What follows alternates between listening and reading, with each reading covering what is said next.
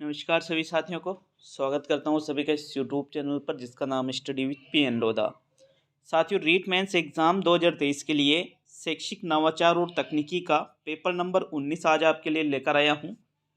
Total 30 टेस्टों की ये series चलाई जा रही है जिसमें 18 टेस्ट तो कंप्लीट हो चुके हैं और आज 19वां टेस्ट भी हम कंप्लीट करने वाले हैं।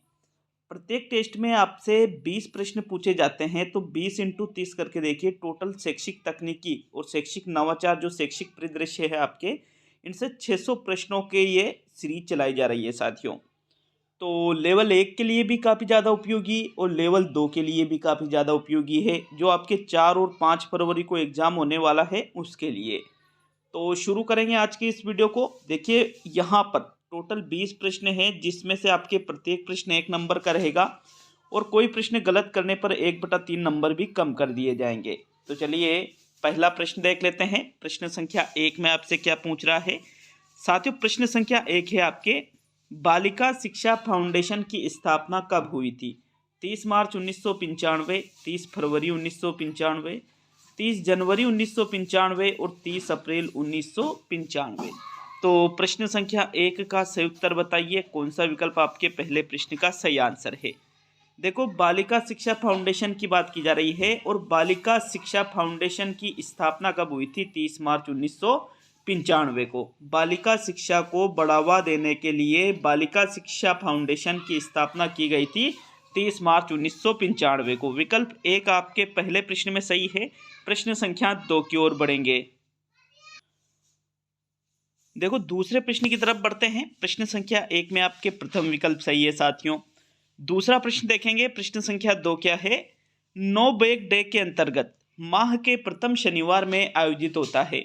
राजस्थान को पहचानो, भाषा कौशल विकास, मैं वैज्ञानिक बनूंगा और खेलेगा राजस्थान, बढ़ेगा राजस्थान। देखो, प्रत्येक जो शनिवार होता है, प्रत्येक शनिवार को गवर्नमेंट स्कूल में नो बैग डे मनाया जाता है और प्रथम शनिवार हुआ या द्वितीय शनिवार, तृतीय शनिवार, चतुर्थ या लास्ट 5वां शनिवार हो सकता है साथियों एक महीने में। अब देखिएगा, जो नो बैग डे मनाया जाता है शनिवार के दिन, तो महीने का जो प्रथम शनिवार जिस भी तारीख को आता है उस दिन साथियों राजस्थान को पहचानो नाम से कार्यक्रम आयोजित किया जाता है। कौन सा? राजस्थान को पहचानो। इसमें भी विकल्प 1 ही सही है आपके प्रश्न संख्या 2 में। प्रश्न संख्या 3 की ओर बढ़ेंगे। देखो, तीसरा प्रश्न देखेंगे। प्रश्न नंबर 3 क्या है?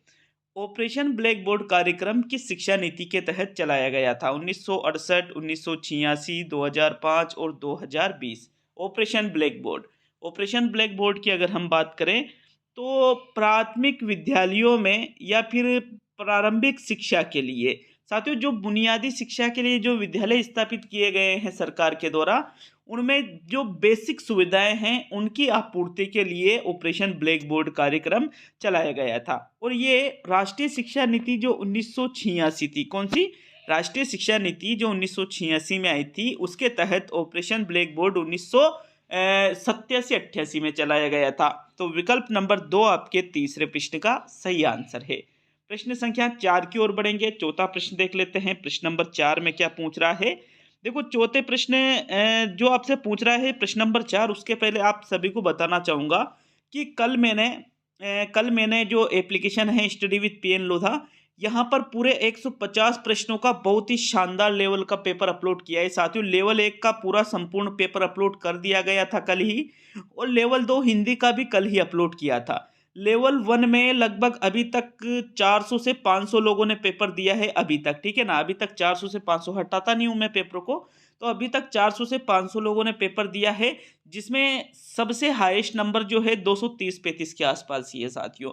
तो 300 में से 230-35 नंबर थोड़े कम है। पेपर थोड़े अच्छे लेवल का बन गया था, इस वजह से नंबर कम आए। तो टेंशन नहीं लेना है कि भाई यार बहुत कम नंबर है इस पेपर में, क्योंकि मैंने पेपर जो है थोड़ा लेवल का रखा था और सारा जो पेपर है राजस्थान अध्ययन की पुस्तकें हैं कक्षा 6 से 12वीं तक की साथियों, उनसे मैंने राजस्थान जीके के सारे प्रश्न उठाए थे।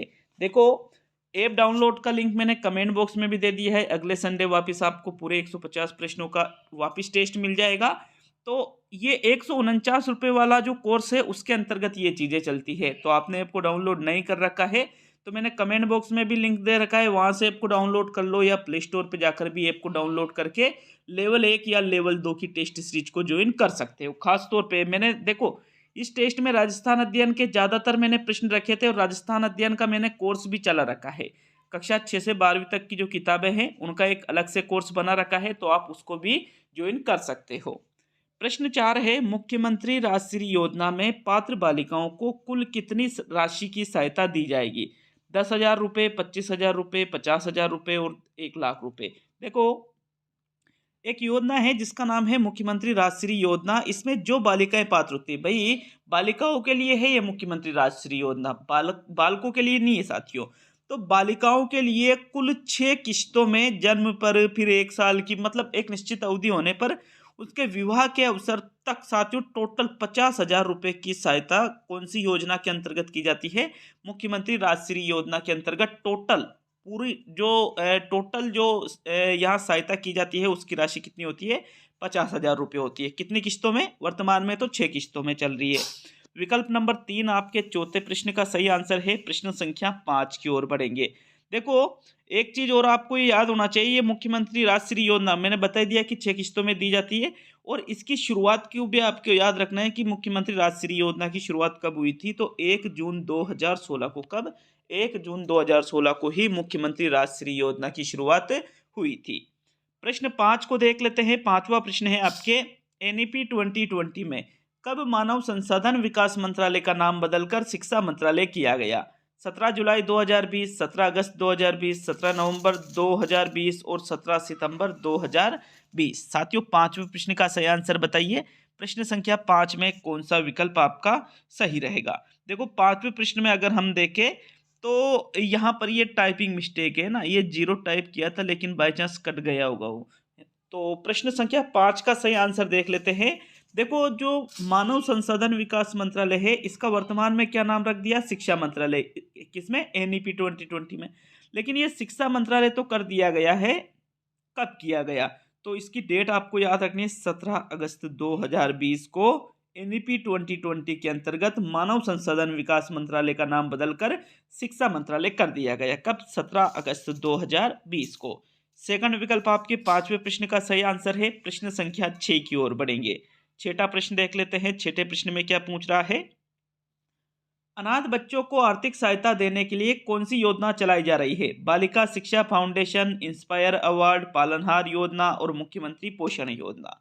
देखो अनाथ बच्चे आप सभी जानते हो जिनके माता पिता की मृत्यु हो चुकी है दुर्घटनावश या अन्य किसी कारण से।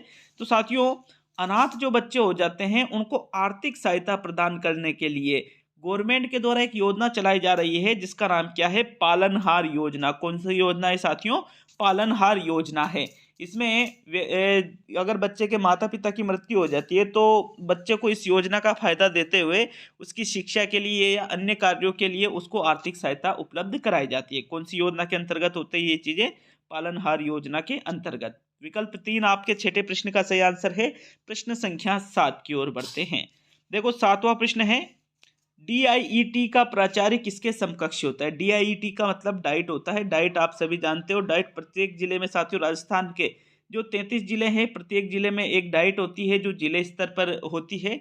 और अन्य जो जैसे STC वगैरह कराने का DLED नाम सुन रखा होगा आपने, DLED है, STC है, इनको गवर्नमेंट किसके माध्यम से कराती है? डाइट के माध्यम से। बाकी अन्य भी प्राइवेट कॉलेज होते हैं। देखो डाइट का जो प्राचार्य होता है वो किसके समकक्ष होता है? तो भाई जो BEO है, DEO है, PEO है या CBEO है। तो 7वें प्रश्न का सही आंसर क्या है साथियों? डाइट का जो प्राचार्य होता है ये होता है DEO के समकक्ष। किसके समकक्ष? DEO के समकक्ष होता है। मतलब जो जिला शिक्षा अधिकारी एक तरह से आप जिसको मानते हो उसके ही समकक्ष इसकी भी पोस्ट होती है। तो विकल्प नंबर 3 आपके प्रश्न संख्या 7 का सही उत्तर है। प्रश्न संख्या 8 की ओर बढ़ेंगे।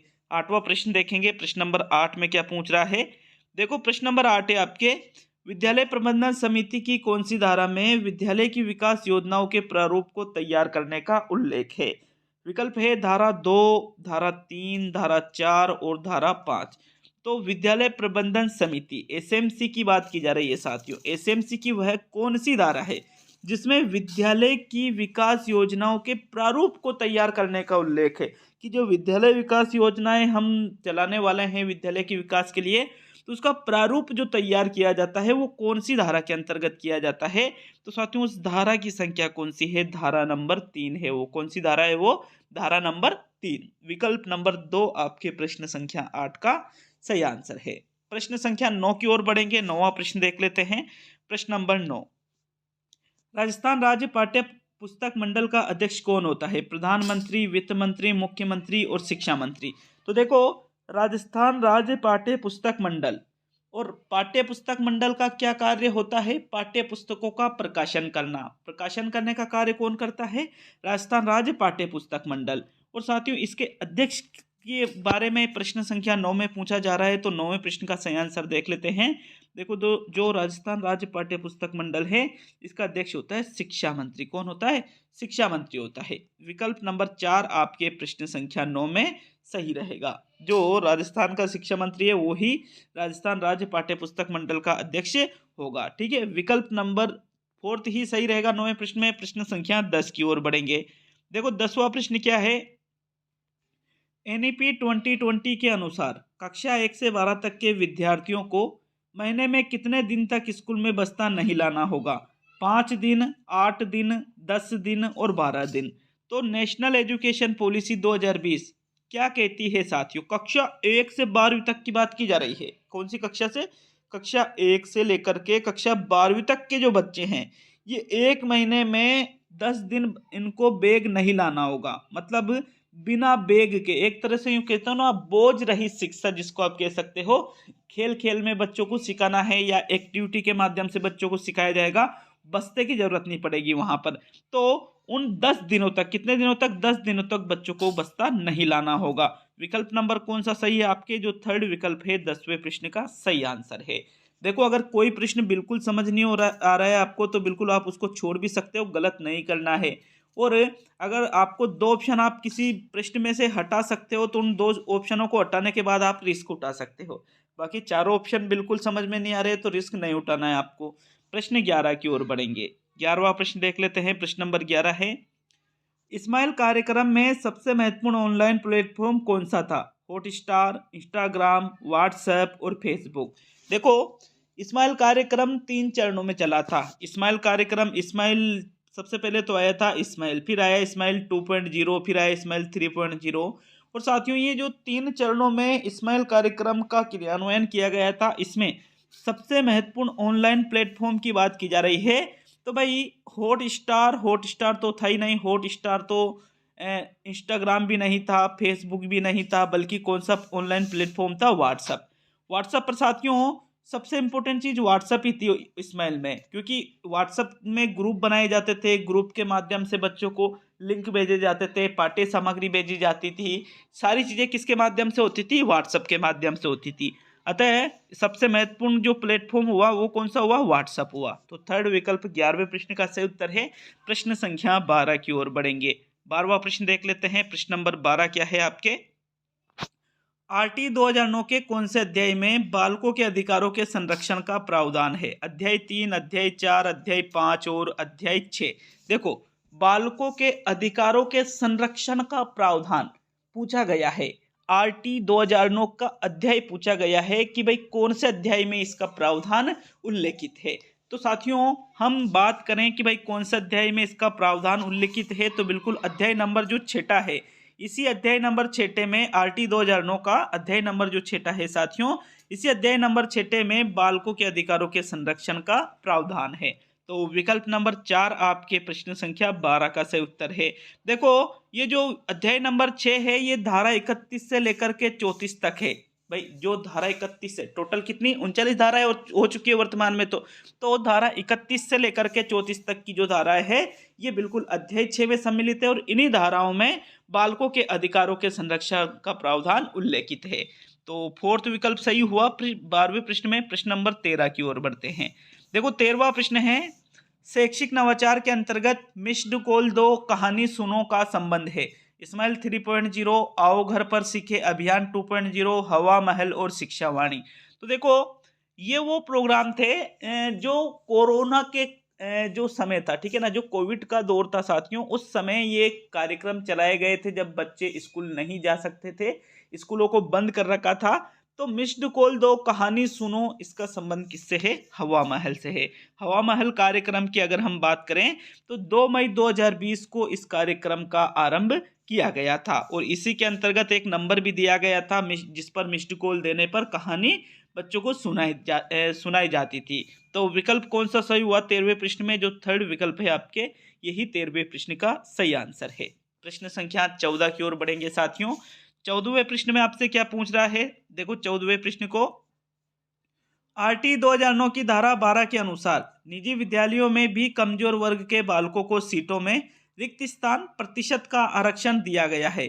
20%, 25%, 30% और 40%। तो जो आरटी, देखो एक चीज तो ये क्लियर, आपको ये तो पता है कि भाई 25% सीटों पर आरक्षण का प्रावधान किया गया है कि जो कमजोर वर्ग के बालक है वो निजी विद्यालय में भी 25% सीटों पर निःशुल्क प्रवेश लेंगे, मतलब उनसे कोई शुल्क नहीं लिया जाएगा। लेकिन साथियों ये कौन सी धारा कहती है? तो ये धारा 12 कहती है। कौन सी धारा कहती है? ये धारा 12 कहती है। आपको ये चीज भी याद रखना ही होगा। 14वें प्रश्न में आपके जो सेकंड विकल्प है ये आपका सही आंसर रहेगा प्रश्न संख्या 14 का। 15वां प्रश्न देख लेते हैं। प्रश्न नंबर 15 में क्या पूछ रहा है? तो चलिए 15वें प्रश्न की ओर बढ़ेंगे। प्रश्न संख्या 15, मुख्यमंत्री बाल गोपाल योजना का उद्देश्य ड्रॉप आउट को रोकना, छात्रों के पोषण स्तर में वृद्धि करना, छात्रों के नामांकन व उपस्थिति में वृद्धि करना और इनमें से सभी। तो देखो मुख्यमंत्री बाल गोपाल योजना, अभी कल भी इसका आदेश आया था इसके संबंध में, तो जल्द ही इस योजना का शुभारंभ किया जा रहा है। और मुख्यमंत्री बाल गोपाल योजना जो है साथियों, इसका उद्देश्य क्या है? इसमें भाई एक तो मंगलवार के दिन और एक शुक्रवार के दिन बच्चों को दूध पिलाए जाने का, मिल्क पाउडर से दूध बनाकर पिलाए जाने का प्रावधान रखा गया है। अब इसमें ड्रॉप आउट को रोकना, मतलब जो बच्चे स्कूल से ड्रॉप आउट हो रहे हैं, स्कूल पढ़ने नहीं आते हैं, बाहर चले जाते हैं, या उम्र है उनकी 6 से 14 लेकिन फिर भी वो विद्यालय नहीं आ रहे, तो ऐसे बच्चों को रोकना। स्कूल में कहाँ रोकना? स्कूल में। छात्रों के पोषण स्तर में वृद्धि हो, छात्रों के नामांकन में, उपस्थिति में वृद्धि हो गवर्नमेंट स्कूल में, इन सभी के लिए मुख्यमंत्री बाल गोपाल योजना जो है साथियों ये चलाई गई है। तो फिर इनमें से सभी वाला जो फोर्थ विकल्प है 15वें प्रश्न का सही आंसर होगा। प्रश्न 16 की ओर बढ़ेंगे। 16वां प्रश्न देख लेते हैं। अच्छा बिल्कुल ईमानदारी से कमेंट करना, 20 में से माइनस मार्किंग करने के बाद में 15 प्लस किस किस के सही होते हैं, ईमानदारी से, ठीक है। प्रश्न 16, एडू सेट का निर्माण किसके द्वारा किया गया? विकल्प है आपके एनसीईआरटी के द्वारा, एसआईईआरटी के द्वारा, इसरो के द्वारा या एनसीटी के द्वारा। तो देखो एडुसेट एक एजुकेशन सैटेलाइट है, भारत की तो प्रथम एजुकेशन सैटेलाइट है ये। और अगर हम बात करें कि इसका निर्माण किसके द्वारा किया गया साथियों, तो भारत की जो स्पेस कंपनी है, अंतरिक्ष जो सरकारी अंतरिक्ष कंपनी है, कौन सी है? इसरो। कहाँ पर है इसका मुख्यालय? गुजरात में। तो बिल्कुल इसरो के द्वारा ही एडुसेट का निर्माण किया गया है। विकल्प नंबर 3 आपके प्रश्न संख्या 16 का सही आंसर है साथियों। इसका पूरा नाम है शायद इंडियन स्पेस रिसर्च ऑर्गेनाइजेशन, ऐसा ही इसका पूरा नाम है। तो 16वें प्रश्न का थर्ड विकल्प सही रहेगा। प्रश्न संख्या 17 की ओर बढ़ते हैं। 17वां प्रश्न देख लेंगे। 17वें प्रश्न में क्या पूछ रहा है?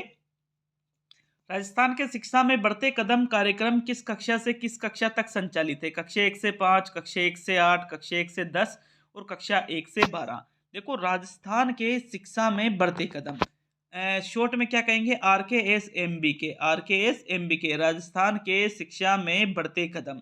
अगर हम बात करें तो इस योजना का जो संचालन किया जा रहा है वो कक्षा 1 से लेकर के कक्षा 8 तक। कौन सी कक्षा से कौन सी कक्षा तक? कक्षा 1 से लेकर के कक्षा 8 तक के जो मतलब प्रारंभिक जो विद्यालय, प्राथमिक विद्यालय तो हम नहीं कह सकते, प्राथमिक में तो कक्षा 1 से 5 के आ जाएंगे।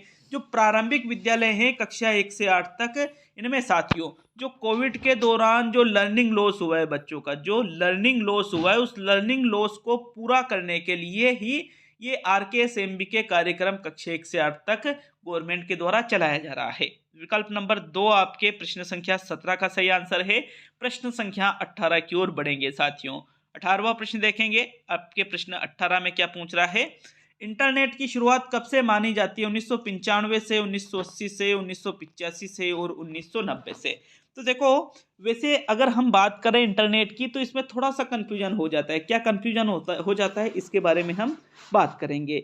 तो देखो, 18वें प्रश्न में इंटरनेट की शुरुआत पूछी जा रही है। भारत में तो लगभग 1995 से इंटरनेट की शुरुआत हुई थी साथियों, लेकिन यहाँ भारत शब्द नहीं दे रखा है, मतलब विश्व की बात की जा रही है यहाँ पर। अतः 18वें प्रश्न में अगर हमें जब मिलता है जो, तो 1980 मिलता है कि 1980 से इंटरनेट की शुरुआत हो जाती है। लेकिन एक दो किताब में 1869 लिखा हुआ था। का 1869 और 1980 में तो बहुत ज़्यादा अंतर आ जाता है। अगर 1869 हो जाए तो 1869 गलत ही है, 1980 इसका सही आंसर होगा, क्योंकि 1869 तो विकल्प में भी नहीं है, विकल्प में भी होता तो वो भी गलत होता साथियों। 1995 में भाई भारत में 1995 में होगी, विश्व में 1980 में, तो 80 से 25 साल बाद, ठीक है ना, 80 से 15 साल बाद।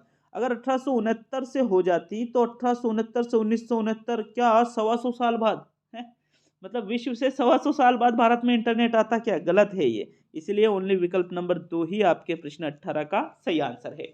अब आज का सेकंड लास्ट प्रश्न देखेंगे साथियों। प्रश्न 19 आपसे क्या पूछ रहा है। अच्छा लगे वीडियो तो निश्चित रूप से लाइक शेयर जरूर करिएगा। चैनल पर नए हो तो चैनल को सब्सक्राइब करके बेल आइकन ऑन करके जाना साथियों। प्रत्येक वीडियो का नोटिफिकेशन आपके पास जल्द से जल्द पहुंच जाता है। 19वें प्रश्न में क्या पूछ रहा है। बच्चों देखो ज्ञान बढ़ाओ, इस वाक्य का संबंध है दीक्षा राइज से, ज्ञानवाणी से, शिक्षा दर्शन से और SIQ से। तो देखो, बच्चों देखो ज्ञान बढ़ाओ, पढ़ते जाओ बढ़ते जाओ, ऐसा भी कुछ वाक्य था इसका।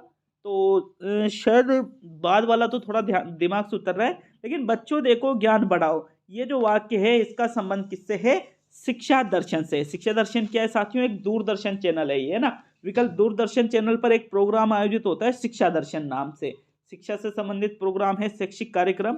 थर्ड विकल्प आपके 19वें प्रश्न का सही आंसर होगा साथियों।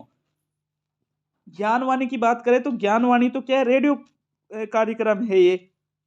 तो थर्ड विकल्प ही आपके 19वें प्रश्न का सही आंसर है। अब आज का अंतिम और 20वां प्रश्न देख लेते हैं। प्रश्न नंबर 20 में क्या पूछ रहा है। फेडोरा, लिनक्स, एंड्रॉयड आदि क्या है। सॉफ्टवेयर है, हार्डवेयर है, मेमोरी चिप है और इनमें से कोई भी नहीं। तो प्रश्न संख्या 20 का सही उत्तर बताइएगा। बात की जा रही है फेडोरा की, लिनक्स की, एंड्रॉयड की। आपको क्या लगता है कि क्या है ये, सॉफ्टवेयर के नाम है या ये हार्डवेयर के प्रकार है या ये मेमोरी चिप के प्रकार है या इनमें से कोई नहीं। तो साथियों 20वें प्रश्न का सही आंसर देख लेते हैं। देखो, प्रश्न संख्या 20 में जो सही आंसर है, जो फेडोरा है, लिनक्स है, एंड्रॉयड है साथियों, ये सॉफ्टवेयर के प्रकार है। किसके प्रकार है ये, सॉफ्टवेयर के। विकल्प नंबर आपका 1 सही है साथियों प्रश्न संख्या 20 में। तो देखो, मैंने अभी यहाँ आपके सामने एक प्लेलिस्ट आएगी, वीडियो पूरा होने लगेगा उससे पहले उस प्लेलिस्ट पे क्लिक करके आप पिछले सभी 18 टेस्टों को अटेंड कर सकते हो। आपके आज ही 19वां टेस्ट कंप्लीट हो चुका है। अब देखो 11 टेस्ट और बच रहे हैं आपके शैक्षिक तकनीकी परिदृश्य, जो शैक्षिक परिदृश्य है, तकनीकी है, जो भी चीज़ें आपके ये वाला टॉपिक है।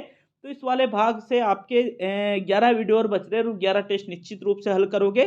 30 टेस्टों को आप हल करते हो तो आपको बहुत ज़्यादा फायदा इस टॉपिक से आपको मिल जाएगा साथियों। मिलते हैं नेक्स्ट वीडियो में। बहुत बहुत धन्यवाद सभी का वीडियो को पूरा देखने के लिए और लाइक शेयर करने के लिए।